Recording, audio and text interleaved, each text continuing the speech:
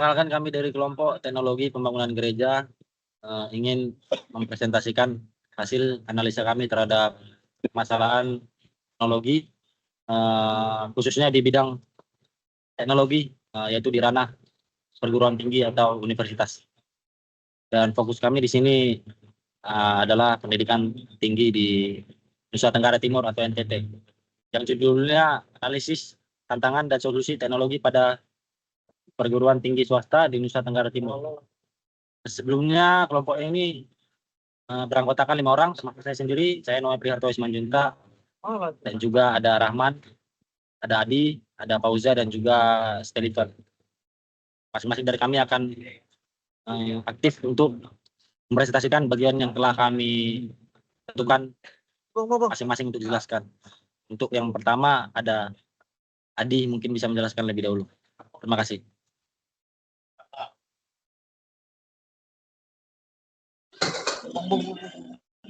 Baik, di sini saya akan menjelaskan mengenai kelemahan perguruan tinggi swasta di NTT. Perguruan tinggi swasta di NTT ini memiliki peran penting dalam proses akses pendidikan tinggi, terutama di wilayah yang belum banyak dijangkau oleh perguruan tinggi atau kita sebut PTN. Namun dalam perjalanannya PTS di NTT menghadapi sejumlah tantangan besar yang mempengaruhi kualitas dan daya saingnya. Berikut ini ada beberapa kelemahan utama yang menjadi pekerjaan rumah besar bagi PTS di wilayah ini. Nah, yang pertama itu ada keterbatasan sarana dan prasarana. Salah satu tantangan paling nyata itu minimnya fasilitas mendukung kegiatan akademik. Banyak PTS di NTT masih kekurangan laboratorium yang memadai, ruang kelas yang representatif, perpustakaan yang lengkap, serta akses terhadap teknologi informasi yang seharusnya menjadi bagian integral dari proses pembelajaran modern. Kondisi ini itu berdampak langsung terhadap kualitas pendidikan yang bisa diberikan kepada manusia. Dalam era digital saat ini, keterbatasan infrastruktur bukan hanya menghambat proses belajar mengajar, tetapi juga membatasi kesempatan mahasiswa dan dosen untuk berkembang secara akademik. Lalu yang kedua itu ada kualitas dan kuantitas dosen. Ketersediaan tenaga pengajar yang berkualitas masih menjadi tantangan besar. Banyak PTS kualitas untuk merekrut dan mempertahankan dosen-dosen terbaik karena keterbatasan dana untuk memberikan intensif yang kompetitif. Selain itu, letak geografis NTT yang relatif jauh dari pusat-pusat pendidikan dan ekonomi nasional turut membuat sebagian besar akademis enggan menetap dalam jangka panjang. Jadi akibatnya jumlah dosen tetap berkualifikasi sering kali tidak mencukupi. Dan hal ini bertambah pada rasio dosen mahasiswa serta keberlangsungan program studi yang berjalan. Nah, yang ketiga itu ada pendanaan yang terbatas. Jadi sebagian besar PTS di NTT bergantung pada dana yang berasal dari yayasan atau pembayaran uang kuliah mahasiswa. Ketergantungan ini membuat institusi sulit untuk melakukan ekspansi, inovasi, atau peningkatan layanan pendidikan secara signifikan. Dana yang terbatas juga menyulitkan dalam hal pemeliharaan fasilitas, pengembangan kurikulum, pelatihan dosen, hingga penyelenggaraan kegiatan, penelitian, dan pengabdian masyarakat dalam jangka panjang. Kondisi ini dapat menghambat pertumbuhan dan reputasi institusi di mata publik. Nah, lalu yang terakhir persaingan atau isu akreditasi. Persaingan antar perguruan tinggi semakin ketat, terlebih dengan kehadiran PTN maupun PTS dari luar daerah yang menawarkan fasilitas dan kualitas pendidikan yang lebih unggul. Di sisi lain, masih ada PTS di NTT yang belum berhasil meningkatkan status akreditasi institusi atau program studi mereka. Akreditasi yang belum maksimal membuat daya saing PTS menurun, baik dalam menarik calon mahasiswa maupun menjalin kemitraan dalam dunia industri atau institusi pemerintah. Padahal akreditasi merupakan indikator penting yang mencerminkan mutu dan kredibilitas suatu program tinggi. Nah, selanjutnya untuk kita serahkan ke Rahman. Terima kasih.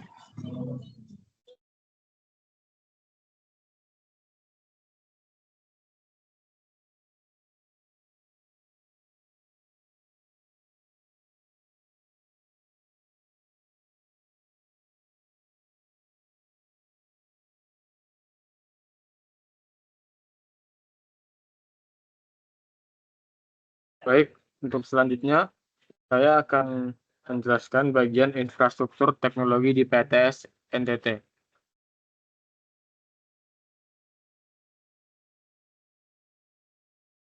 Seperti yang kita ketahui, di NTT perguruan tinggi mulai go digital.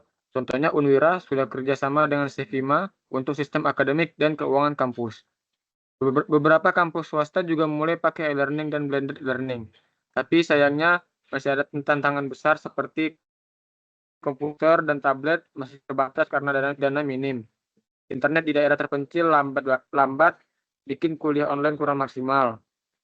Kemudian meski begitu, pemerintah tetap semangat mendorong kampus-kampus untuk riset berbasis sains dan teknologi agar bisa angkat potensi lokal dan ekonomi daerah.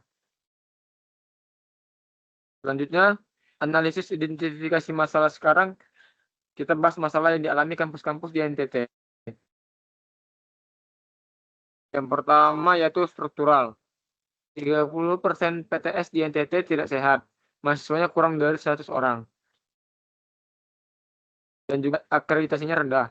Dari 80 PTS, 15 belum terakreditasi dan nggak ada yang punya akreditasi A. Kemudian, ekonomi. Dana kampus terbatas, jadi susah kembangin fasilitas dan rekrut dosen keren. Dan mahasiswa sulit membiayai kuliah karena isu dan biaya hidup yang makin tinggi. Di bidang sosial, minat baca masih rendah, baik dosen maupun mahasiswa. Bahkan ada juga yang terindikasi ikut kelompok radikal. Ini bisa ganggu suasana kampus dan proses pembelajaran. Di bagian teknologi, infrastruktur digital masih lemah. Lab komputer dan internet nggak merata.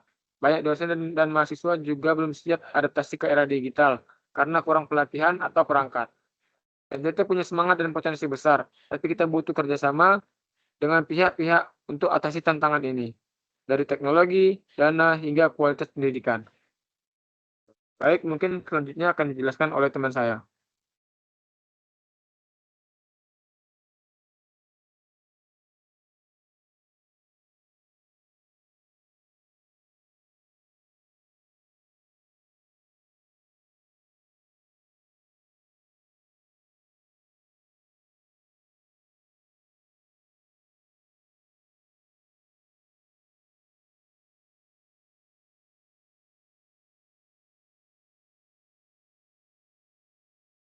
Baik, pembahasan selanjutnya adalah analisis dampak permasalahan. Yang pertama, dampak bagi mahasiswa. Mahasiswa di NTT menghadapi tantangan besar akibat minimnya infrastruktur dan sarana prasarana kampus. Ini membuat akses terhadap pendidikan berkualitas menjadi sulit. Akibatnya, kompetensi lulusan rendah dan mereka sulit bersaing di dunia kerja. Tak hanya itu, mahasiswa NTT yang menempuh studi di luar daerah juga kerap menghadapi stigma negatif dan diskriminasi. Hal ini bisa memicu rasa minder dan menghambat keberhasilan akademik mereka. Yang kedua, dampak bagi dosen. Dosen pun tak luput dari dampak. Terbatasnya dana membuat pelatihan dan pengembangan profesional menjadi terhambat. Tambah lagi, kurangnya intensif dan fasilitas memadai bisa menurunkan motivasi mereka yang akhirnya mempengaruhi kualitas pembelajaran yang diberikan. Yang ketiga, dampak bagi institusi pendidikan. Banyak perguruan tinggi swasta di NTT belum terakreditasi. Hal ini berdampak langsung pada reputasi institusi dan kepercayaan masyarakat. Dan karena dana dan fasilitas riset juga terbatas, kampus sulit berinovasi dan berkontribusi terhadap kemajuan daerah. Yang keempat, dampak bagi pemerintah. Dampaknya juga menyentuh pemerintah daerah. Indeks pembangunan manusia di NTT hanya 62,5, angka yang menunjukkan rendahnya kualitas pendidikan, kesehatan, dan pendapatan masyarakat. Kondisi ini menjadi penghambat pembangunan sosial dan ekonomi, serta memperlebar kesenjangan antar daerah. Yang kelima, potensi dampak jangka panjang. Kalau tidak segera ditangani, dampaknya bisa semakin serius. Kualitas SDM terus menurun, pengangguran dan kemiskinan meningkat, daerah stagnan tanpa kemajuan, kekurangan tenaga profesional, dan wilayah bisa terus terjajah oleh kegagalan. Selanjutnya, evaluasi solusi. Salah satu contoh solusi yang sukses diterapkan di daerah 3T adalah program Kiat Guru, Kementerian Pendidikan Bank Dunia dan LSM lokal. Program ini menggunakan aplikasi mobile sederhana yang memungkinkan masyarakat memberikan umpan balik langsung terhadap kinerja guru. Hasilnya, transparansi meningkat, kedisiplinan guru terpantau, masyarakat ikut merasa memiliki pendidikan. Yang menarik, pendekatan ini sangat mungkin untuk diadaptasi ke pendidikan tinggi, khususnya di PTS NTT. Bayangkan jika ada sistem serupa untuk menilai keaktifan dosen, mengevaluasi pengajaran, memberikan ruang suara bagi mahasiswa. Tentu kunci keberhasilannya ada di kolaborasi antara pemerintah, kampus, dan masyarakat. Pelatihan yang intensif untuk semua pihak yang terlibat. Kalau dijalankan dengan baik, adaptasi Kiat Guru bisa jadi awal dari perubahan besar di sistem pendidikan tinggi di NTT.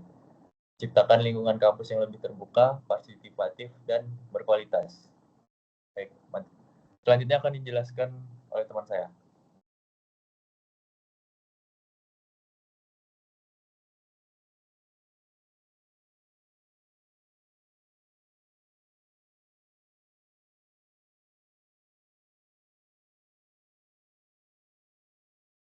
Oke, selanjutnya itu ada rekomendasi teknologi dari kami, yaitu kami menyarankan kolaborasi antar kampus dan stakeholder teknologi. Nah, di sini perguruan tinggi swasta antar NTT akan buat jaringan digital, kemudian mereka akan berbagi sumber daya teknologi, materi ajar, dan juga pelatihan. Nah, di sini kampus-kampus tersebut akan melibatkan mitra seperti Kampus Merdeka, Telkom Indonesia, ataupun startup EduTech untuk mendukung pengembangan program tersebut. Nah, tujuan dari program ini yakni untuk memperluas jangkauan solusi teknologi dengan efisiensi biaya dan juga mempercepat adopsi teknologi melalui sinergi. Baiklah, selanjutnya akan dijelaskan oleh Noe, teman saya.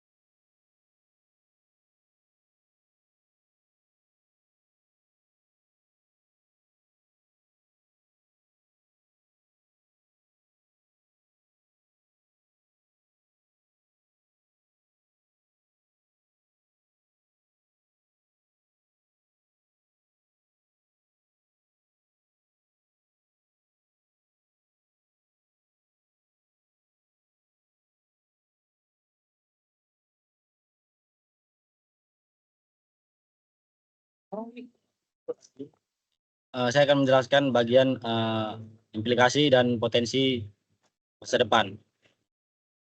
Teman-teman, kalau kita bicara masa depan pendidikan tinggi di NTT, terutama di kampus swasta, kuncinya itu adalah di kolaborasi, cuma antar kampus saja, tapi juga dengan pihak-pihak teknologi seperti Telkom, Kampus Merdeka, atau startup edutech lokal. Mungkin teman-teman bisa bayangin kalau kampus-kampus di NTT bikin jaringan digital bersama, mungkin mereka bisa berbagi materi ajar dan pelatihan dosen, saling bantu soal perangkat koneksi, dan tentunya meningkatkan literasi digital dosen dan juga mahasiswa. Dan bukan cuma angan-angan saja, ada 3 dampak besar dari strategi ini. Lebih tepatnya itu dampak positif. Dosen dan mahasiswa makin siap digital karena pelatihan dan akses teknologi makin terbuka. Kemudian dampak yang kedua, akses ke pelajaran makin merata yang terpencil. Ini penting banget untuk wilayah 3T seperti Nusa Tenggara Timur. Kemudian dampak yang ketiga itu kampus jadi lebih kompetitif, punya daya tarik lebih kuat buat kolaborasi riset. Banyak kolaborasi ini bisa bermanfaat, yang artinya semua kampus bisa mengakses materi dan pelatihan melalui satu portal digital, kapan aja dan dari mana aja. Ini juga bakal menghemat yang namanya biaya, sangat menghemat biaya dan juga menjadi lebih fleksibel. Kemudian teknologi AI juga bisa masuk ke dalam sistem belajar. Misalnya AI bantu rekomendasiin materi sesuai kebutuhan mahasiswa. Lalu ada juga lab virtual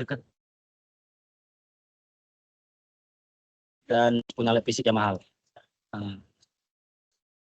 Tapi juga jangan lupa untuk daerah-daerah pelosok, aplikasi belajar versi mobile yang ringan dan hemat data bisa jadi solusi besar.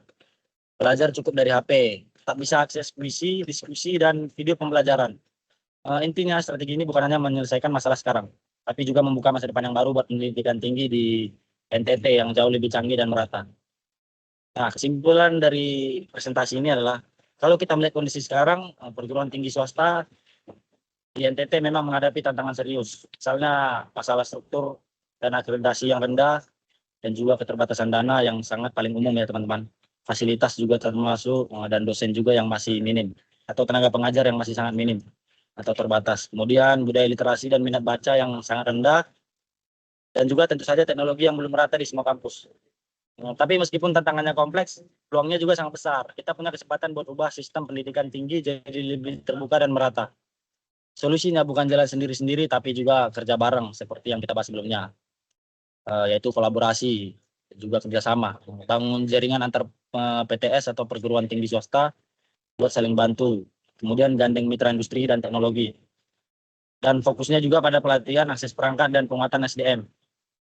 Dengan begitu, kita bisa tingkatkan kualitas dosen dan mahasiswa, perluas akses pendidikan digital, mendorong riset serta inovasi lokal yang sesuai dengan kebutuhan masyarakat NTT. Dan kesimpulannya, sinergi antara teknologi, kebijakan pendidikan, dan pemberdayaan SDM adalah fondasi utama untuk menciptakan pendidikan tinggi di NTT yang lebih berkualitas lagi, inklusif, dan siap bersaing secara global. Mungkin itu saja yang bisa kami sampaikan berdasarkan hasil analisa kami terhadap permasalahan teknologi, terutama di jenjang pendidikan perguruan tinggi, lebih tepatnya di perguruan tinggi swasta. Kurang lebihnya mohon maaf, kami sampaikan. Terima kasih.